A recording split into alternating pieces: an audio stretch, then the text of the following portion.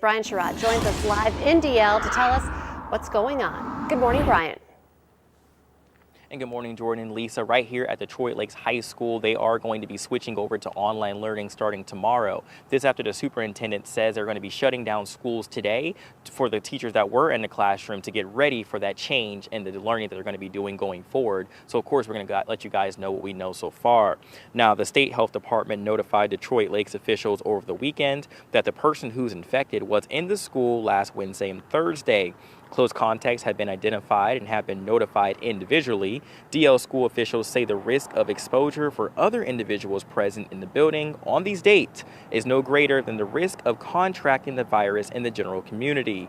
High school students will move to full distance learning until September 25th. As a result of the switch, high school activities will also be moved to virtual only.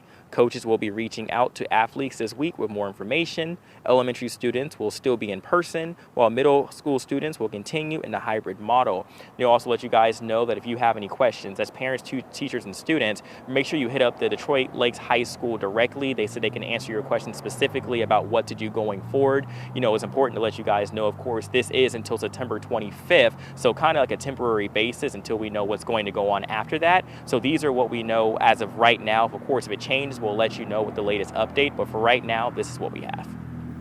Brian Sherrod reporting live for us from DL. Thank you. Dilworth, Glendon, and Felton schools are also switching to full-time distance learning for the next 2 weeks for middle school and high school students because of increased exposure to the coronavirus. In a letter to families, the superintendent says they've seen an increased number of reports that students or staff have been exposed or tested positive for COVID-19 at the middle and high school sites. Those schools will move to full distance learning starting today and going through September 25th. Elementary students will continue their in-person learning. There is some deep cleaning and disinfecting going on at West Fargo High School after a staff member turned up positive for the coronavirus.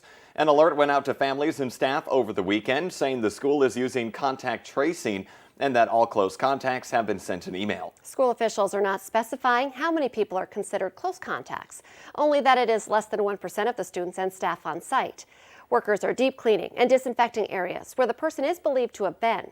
School leaders are also reminding everyone of the importance of mask wearing, social distancing, and practicing good hygiene.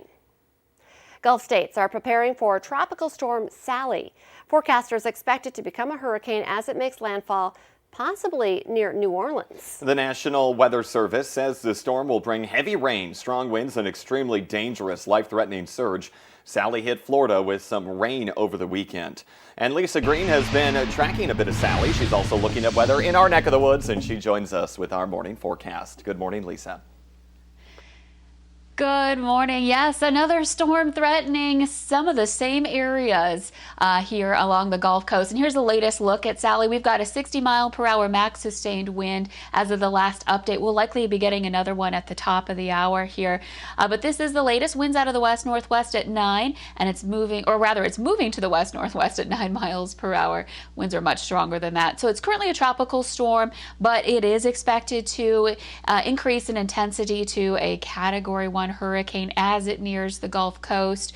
And New Orleans, yes, is in the path of this. And notice how these icons are very close together. That might look different than some other storms we've been tracking over the summer.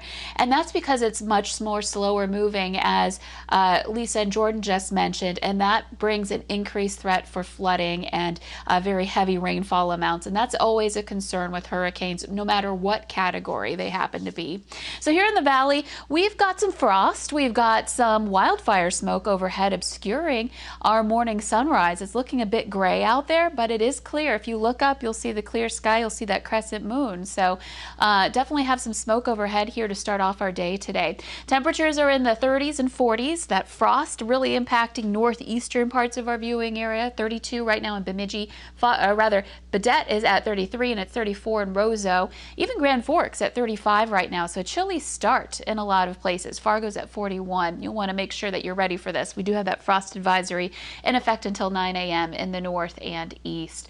And so looking at cool air to start, we've got clear skies. We've got some light wind. You can see the entire tri-state area is looking pretty quiet. So we're starting off on a cool but a clear note. Temperatures out at the bus stop, again, going to be chilly enough that the kids will want to have that jacket on, maybe even a heavier coat.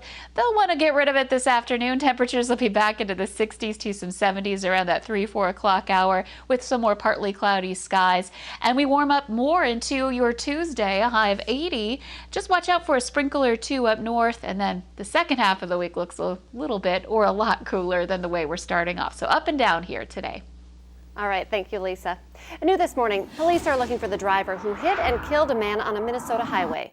The State Patrol says it happened around 6 yesterday morning on Highway 25 in Little Falls. They say 40-year-old Joseph Harold of Pierce, Minnesota, was walking on the road when he was hit.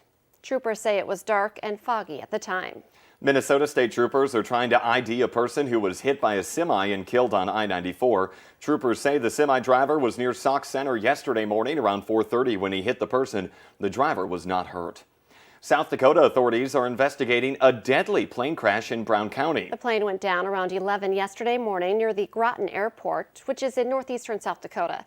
Officials say the pilot and a passenger both died. Fargo police want you to know they're not messing around when it comes to underage drinking and quality of life near the NDSU campus. Officers wrote 18 citations Saturday night around campus, mostly for minor consuming and loud party violations. They say they'll continue to aggressively enforce underage drinking rules near the college.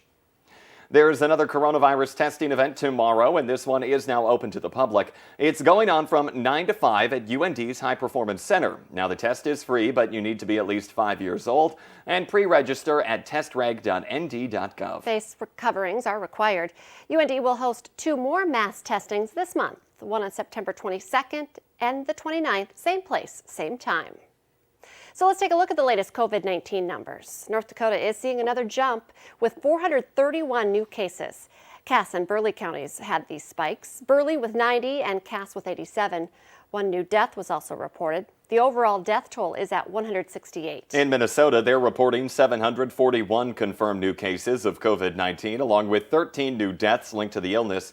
More than 1,900 deaths have been attributed to the virus so far. Landon's light, it's still shining bright in the hearts of his West Fargo classmates. 12-year-old Landon Solberg died of an aggressive brain tumor almost 1 year ago.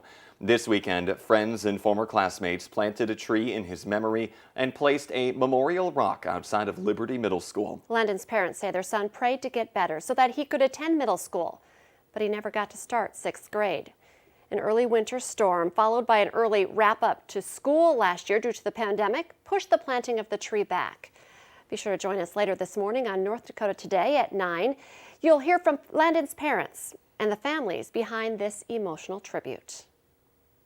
6 months after the sudden death of their 10-year-old son, a Frazee, Minnesota family is finally able to get the closure that a funeral brings.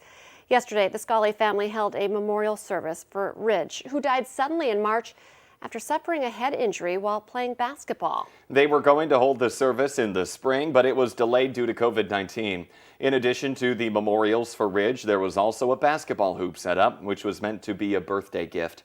Even though Ridge never got to open that gift, the family wanted to give the kids one more chance to play with their friend. We had gotten him the hoop, and he didn't know that he was getting it, so we thought it would be nice to incorporate it in, to where he can still play with his friends and his birthday hoop. Ridge's organs were donated to those in need across the country. 4 lives were saved because of his gift of life. In our consumer alert this morning, Wi-Fi Ranger is deploying 3,000 additional wireless routers for rural school buses. The mobile connectivity developer is doubling down on its bus response program that it first launched in Georgia and North Carolina.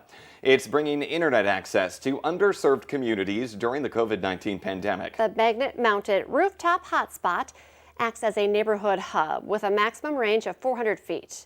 When a bus pulls up nearby, local kids can download and upload homework or other assignments.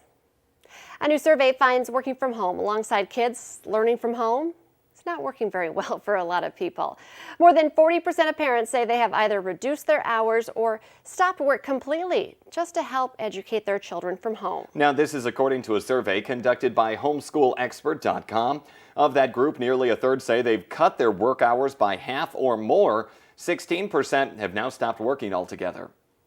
West Fargo's annual fall celebration, it starts today, but there is going to be some changes because of the pandemic. It all kicks off with a week-long virtual scavenger hunt through the city's Facebook page. Also this week, a farmer's market, the Taste of West Fargo, a cruise night, and also a road race. The annual parade and street dance were canceled.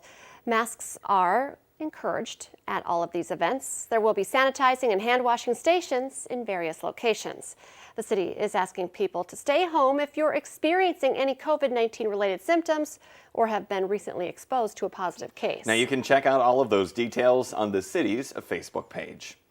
Let's get the answer now to our question of the morning on Facebook. Today's question, people who have this in their home so they fall asleep faster than most other people. Well, the answer, we kind of joked about this earlier, is a fish tank. The soothing sound of a fish tank helps you go to sleep. I don't know a lot of people who have a fish tank. I don't really know a lot either, but apparently they're getting some good sleep. I grew up, we had a big fish tank when I was a kid, but then I also mentioned my parents also had a waterbed. So some things, you know. Yeah, they just, it goes in spurts. Well, thank you for joining us here on the Valley today. The Today Show and CBS This Morning are just about to start, but we roll on. More live up to the minute news and weather on the Fargo CW.